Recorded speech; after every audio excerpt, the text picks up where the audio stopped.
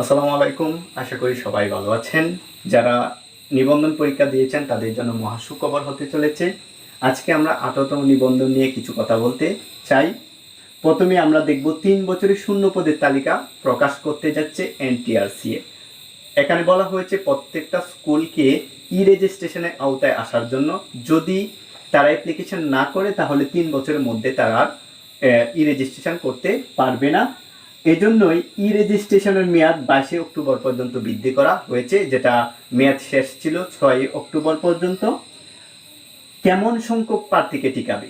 যেহেতু এনটিআরসিএ 3 বছর মেয়াদী একটা শূন্য পদের তালিকা প্রণয়ন করেছে, সেই থেকে বলতে পারি আমরা যে এবছর প্রার্থীর সংখ্যা একটু বেশি টিকাবে।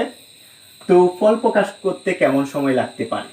ডেইলি ক্যাম্পাসকে বলেছে তারা তাদের 3,50,000-এর মতো খাতা স্ক্যান করে ফেলেছে। কিছু সংখ্যক খাতা বাকি আছে যেগুলো তাদের হাতে চলে আসবে, আর আসা মাত্রই তারা দ্রুত সময়ের মধ্যে ফল প্রকাশ করে দেবে।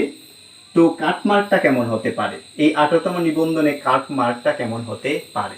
যে সাবজেক্টগুলোতে প্রার্থী সংখ্যা যদি বেশি হয় তাহলে কিন্তু কাটমার্কটা একটু বেশি লাগবে, আর যে সাবজেক্টের প্রার্থী সংখ্যা কম, যেমন ধরেন ভৌত বিজ্ঞান, সেখানে কিন্তু প্রার্থী সংখ্যা অনেক কম।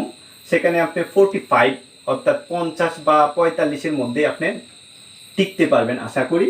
আর যদি আপনি সামাজিক বিজ্ঞানের কথা চিন্তা করেন সেক্ষেত্রে কিন্তু 7টা সাবজেক্ট নিয়ে যেহেতু পরীক্ষাটা হয়েছে, আপনাকে টিকতে হলে 65 থেকে 70 আপ এরকমের মধ্যেও নাম্বার পেতে হবে, না হয় আপনি টিকতে পারবেন না। অন্য বছরের তুলনায় উত্তীর্ণ প্রার্থীর সংখ্যা এবছর একটু বেশি। এবছর বেশি এজন্যই 3 বছরে যে শূন্য পদের তালিকা প্রণয়ন করেছে বা রেজিস্ট্রেশনের কার্যক্রম দিন দিন বাড়ানো হয়েছে, সেই ক্ষেত্রে আমরা বলতে পারি প্রার্থী সংখ্যাটা একটু বেশি টিকাবে যাতে তারা এটার আওতায় আসতে পারে। আর সবচেয়ে মেইন ইম্পর্টেন্ট হচ্ছে ষষ্ঠ গণবিজ্ঞপ্তি সবচেয়ে বড় একটা নিয়োগ হবে, সেটা কিন্তু আর হচ্ছে না। 18তম নিবন্ধনের রেজাল্ট প্রকাশ করার পরেই কিন্তু ষষ্ঠ গণবিজ্ঞপ্তি প্রকাশ করবে এনটিআরসি বলেছে। তো আমরা আশা করতে পারি যে ষষ্ঠ গণবিজ্ঞপ্তি হবে এ যাবৎকালে যত বিজ্ঞপ্তি হয়েছে তার মধ্যে সবচেয়ে বড় একটা বিজ্ঞপ্তি হবে ষষ্ঠ গণবিজ্ঞপ্তি। এখানে প্রায় 1,20,000 থেকে 30,000-এর মতো হতে পারে।